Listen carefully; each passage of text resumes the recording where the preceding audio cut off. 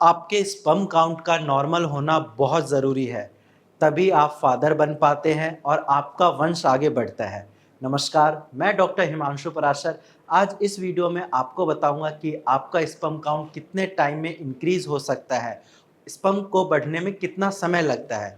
तो according to WHO अगर हम बात करें तो नॉर्मल स्पर्म काउंट 16 मिलियन पर एमएल से ज़्यादा होना चाहिए। अगर आपका स्पर्म इससे कम है तो आप एक चीज़ समझ लीजिए कि आप फादर नहीं बन सकते, आपका वंश आगे नहीं बढ़ सकता। अब आपको पता है कि इंडिया में अगर शादी के 3-4 साल तक बच्चे नहीं होते तो घर वाले कितना ताने मारते हैं। चलो एक बार को घर वाले समझ भी जाए, लेकिन ये समाज जीने नहीं देता। तो इसीलिए अगर आपका स्पर्म काउंट कम है तो आप इस वीडियो को बिल्कुल एंड तक देखिए, आपको समझ आ जाएगा कि आपका स्पर्म बनने में कितना टाइम लगेगा। सबसे पहले अगर हम बात करें कि स्पर्म काउंट कम क्यों होता है, तो स्पर्म काउंट कम होने के बहुत सारे रीज़न्स हैं। सबसे पहला रीज़न है, अगर आपके स्पर्म के एरिया में जहाँ से स्पर्म ट्रैवल होता है कोई रुकावट है या कोई इन्फेक्शन है, तो उस वजह से आपका स्पर्म कम रिलीज़ होगा या बिल्कुल भी रिलीज़ नहीं होगा। सेकंड चीज़, जैसा कि मैंने बताया कि उस एरिया में टेस्टिकल के आसपास कोई इन्फेक्शन या इन्फ्लामेशन है तो आपका स्पर्म काउंट कम हो जाता है। नेक्स्ट, अगर आपको टेस्टिकल से रिलेटेड कोई बीमारी है, जैसे कि वेरिकोसील की या हाइड्रोसील की, यानी कि अगर आपके टेस्टिकल में खून सही से नहीं जा रहा या फिर वहाँ पे पानी भरा हुआ है, तो इसकी वजह से भी आपका स्पर्म काउंट कम होता है। नेक्स्ट पॉइंट है, अगर आपकी डाइट सही नहीं है, आपकी लाइफ़स्टाइल बिल्कुल ऐसी है कि मतलब आप कोई हैवी वर्कआउट नहीं करते, आप एक्सरसाइज़ नहीं करते, आप खुली हवा में नहीं जाते, तो भी आपका स्पर्म काउंट कम होता है। एंड लास्ट पॉइंट ये है कि अगर आप अल्कोहल ले रहे हैं या स्मोकिंग करते हैं तो इसकी वजह से आपका स्पर्म काउंट कम होता है, साथ में आपके स्पर्म डेड भी होते हैं, यानी कि उसकी मोटिलिटी भी ख़राब होती है। तो इन चीज़ों को अगर आप सही टाइम पे रोकोगे तो आपका स्पर्म काउंट इंक्रीज़ होगा।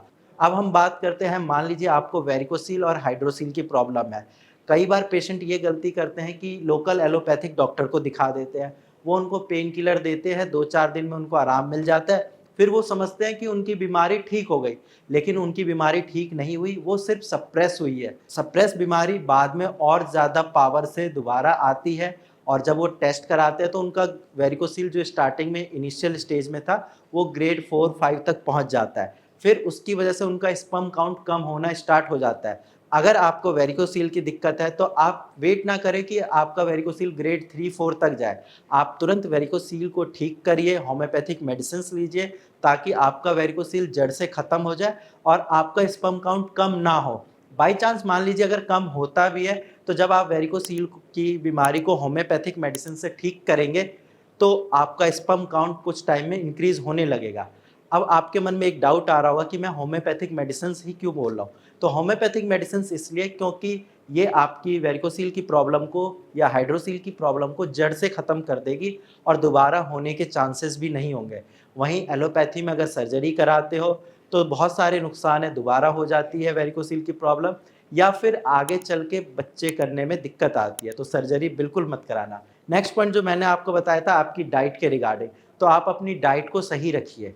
आप ज़्यादा से ज़्यादा हरी सब्जियाँ लीजिए, डार्क चॉकलेट लीजिए, प्रोटीन के लिए आप अगर नॉन वेजिटेरियन हैं तो आप एग ले सकते हैं, फ़िश ले सकते हैं, चिकन ले सकते हैं। अगर आप इन चीज़ों को फ़ॉलो करते हैं, इन चीज़ों का सेवन करते हैं, तो आपका स्पर्म काउंट बहुत जल्दी बढ़ेगा। नेक्स्ट पॉइंट, थोड़ी बहुत आप एक्सरसाइज़ करिए। जब आप एक्सरसाइज़ करते हैं खुली हवा में, तो आपकी बॉडी में ऑक्सीजन की मात्रा बढ़ती है। जब ब्लड में आपका ऑक्सीजन लेवल बढ़ेगा, तो ऑक्सीजन आपके अलग-अलग पार्ट में डिस्ट्रीब्यूट होता है। अब जितना ज़्यादा ऑक्सीजन होगा आपकी बॉडी में, आपके जो बॉडी के पार्ट्स हैं, वो उतने ही अच्छे से काम करते हैं।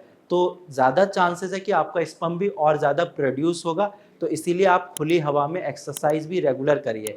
साथ में अगर आपको एक बुरी आदत है, जैसे कि ड्रिंकिंग की या स्मोकिंग की, तो इसको बिल्कुल बंद कर दीजिए, क्योंकि स्मोकिंग से आपकी बॉडी में निकोटीन की मात्रा बढ़ती है, जो कि आपके स्पर्म को डेड करती है और अल्कोहल भी अगर आप लेते हैं, तो वो आपके स्पर्म काउंट को कम करती है।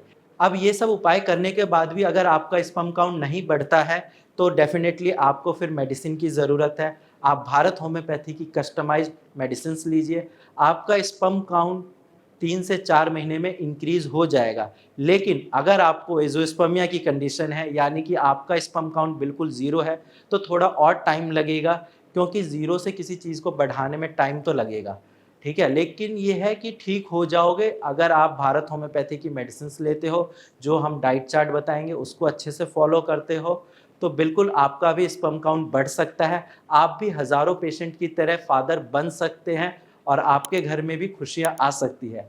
तो अगर आपके पास कोई टेस्ट रिपोर्ट है या आपका भी स्पर्म काउंट कम है, तो आप डायरेक्ट मेरी टीम से बात करिए। आज की वीडियो में इतना ही, धन्यवाद।